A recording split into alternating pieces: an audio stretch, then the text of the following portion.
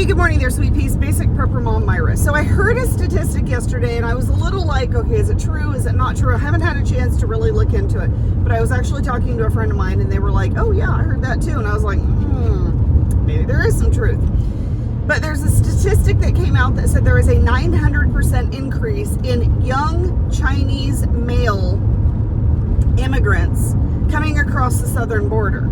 Now, I'm going to put my little tinfoil hat on right here. Why is this alarming? Well, it's alarming for a few different reasons. First of all, why are they coming all the way around through Mexico and coming up through Mexico? That's concerning in itself because that's not the normal way to go, I guess, for immigration. Secondly, they all seem to be young Chinese males that are of fighting age, okay?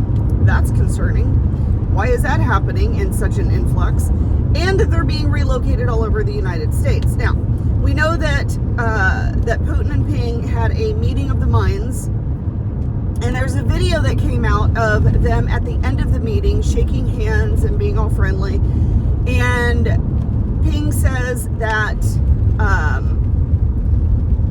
that change is happening, change is coming. The biggest change that we've seen in 100 years. It's happening. Things are happening. And Putin says, yes, I agree, blah, blah, blah. I'm paraphrasing here. Blah, blah, blah. Yes, I agree, my dear friend. We will talk soon. I don't think we got to worry about Russia, to be quite honest. I think this whole Russian-Ukraine thing, to be quite honest, is a big distraction. Then I also heard that Ukraine is not necessarily winning this war, which I've talked about in the past a while ago of what would happen, right? So now you've got these two world powers and they do want to be the new world order power. You've got these Chinese young men that are coming across the southern border. So they're coming here illegally, which means they are not being tracked and traced. Nobody knows who's here kind of thing. We're just going to kind of put you in all these places and relocate you. So with my little tinfoil hat on, do you think that's done for a reason? Do you think that's done with a purpose? Do you think that's done for a purpose? Well, I don't know, y'all. It just seems very, very suspicious how things are happening. And then you've got these 15-minute city situation things popping up. And I've talked about this before too, but over in China, imagine that, here we go again. They've actually implemented the 15-minute cities. They've started to really go through and kind of hone it down. Now, I had said that in our county, we have a 15-minute city. It's basically a 15-minute city. It is, but it's not. Because what you're going to find in the 15-minute cities that I really didn't go into is you're going to find a whole lot more surveillance. You're going to find that there are going to be cameras everywhere.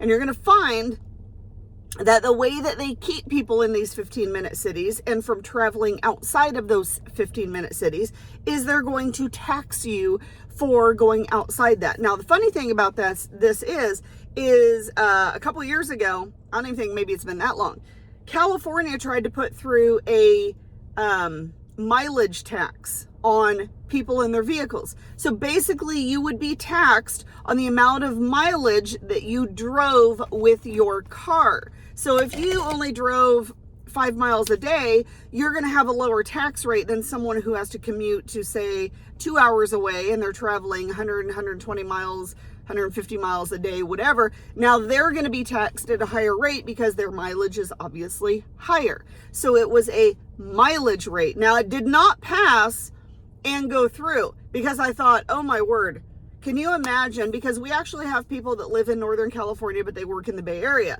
So they commute every day 2.5 hours, sometimes 3 hours to their work.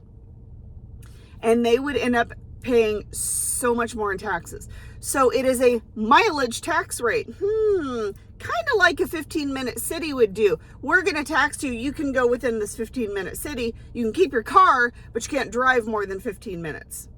So if you go outside that 15 minutes, now we're going to tax you. Well, I guess they kind of stepped it up in China a little bit. And we actually saw this during the pandemic.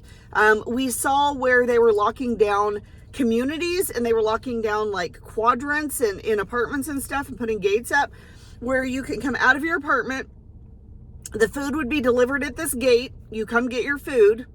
You can't go outside that gate, but we're going to give you a little outside area, like a little courtyard. You can go out there, walk your dogs, you know, walk around, whatever, socialize with only the people that are in your little area there, your apartment complex, but you cannot come outside the gates. If you come outside the gates, then we have to escort you, or, you know, if it was an emergency or a doctor, we have to take you there. We have to physically take you there. We're going to suit up in hazmat suits, and you're going to do the same thing. We're going to put you in a bubble basically to transport you. But we are in charge of your food and of your transportation and of you moving around. We know where you're at all times. Okay? Pretty much the idea of these 15-minute cities. They will start, now the problem with these 15-minute cities, among other things, is they will start segregating.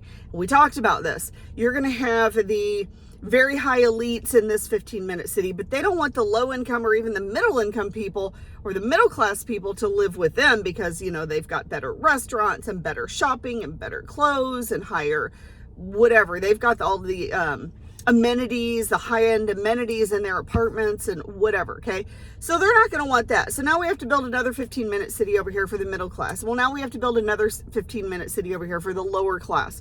And because your credit score, your social credit score could be lower, well, you can't, even though you can afford it, we know you can afford it, but you can't live in the middle class or the upper class 15-minute city. We're now going to put you in the lower class 15-minute city because your social credit score, which China is also doing, and I believe Australia is either picking up the 15-minute city idea or the social credit score, or both. Okay, but your social credit score is not really high enough. You know, we saw you did this and this month, and so you're going to go live in the lower income, even though you can afford the middle class, or, you know, switch that around, whatever. Okay.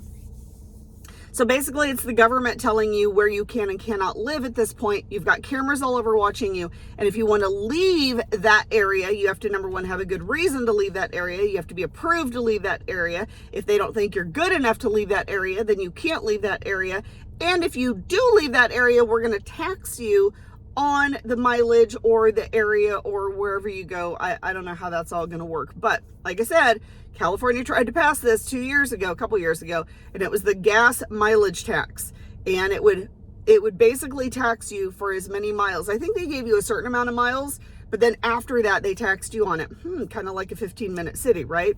Okay. So, sorry, I'm all over the place this morning. So back to the whole China-Russia thing. We don't have to worry about Russia. China is the one that we have to worry about. China is the one that has the ability now, and now we've got other countries that are jumping on board with the Chinese currency, which I can't remember what it's called right now. I think it's a yen. It's not the yen. It's something else. Maybe it is. Anyway, so now you've got other countries that are jumping on board with the global currency and saying, you know what, we're going to move away from the American dollar. We're going to go with the Chinese currency now. It's fine. This is what we're going to do, which is now devaluing the American dollar even more than what it already was. Pair that up with inflation. They just raised the percentage again on the interest rate. So it's all kind of crazy right now. But I do think that China is definitely the one to watch. Now, I want to suggest a couple of shows for you guys, and I've said these in the past, but some of you who are kind of newer here might not know. There's a show on Amazon Prime. It's called Revolution. It is an amazing show. It is very much about the basically collapse of America and the rising up of different types of government, so to speak. So it's called Revolution. I think it was on for 3 or 4 seasons. I can't remember now, but it's a pretty awesome show. More kind of a survivalist, kind of build back the government kind of thing. And then there's another show that's on Amazon Prime. It's called Man in the High Castle, or The Man in the High Castle. And it's basically set back in right after World War II. And it is if Germany won, I think it was Germany won the war, basically. Germany and Japan, won World War II instead of the US. That's kind of how it premises. And what the US would look like if those sources and if those influences came over here, and basically if they ran together, because they have different territories, if they ran the United States. So The Man in the High Castle and Revolution are definitely two shows that I think everybody needs to watch. And then, of course, let me just throw out Red Dawn, the first one, and Red Dawn, the remake, because they're both kind of different, but they're kind of similar. And I think that both of them combined are very informative for the times that we are going through at this moment. So those are the shows that I think you guys should kind of pick up and watch. Both of them are on Amazon Prime. Red Dawn and the remake of Red Dawn are wherever you can find them. So I just say that everybody kind of give a watch to those. So that's what I have to talk about today. I hope you guys have a wonderful, amazing day. Continue to stock up food, medication, water, especially if China thinks that they're going to step it up a bit. Then that means that our medication could really be cut down quite a bit. So definitely talk to your healthcare provider. Get a game plan on what you could do if you're on prescription medication and you cannot get it. Talk to your healthcare provider, have a meeting with them, set up an appointment and say, if I can't get there, if I can't get my medication, what are some alternatives? What are some natural things that I can do to be able to get through this? All right. So I encourage you to do that. Once again, if you guys have any questions or comments, please feel free to reach out. I hope you guys have a wonderful, amazing day, and I will talk to you soon.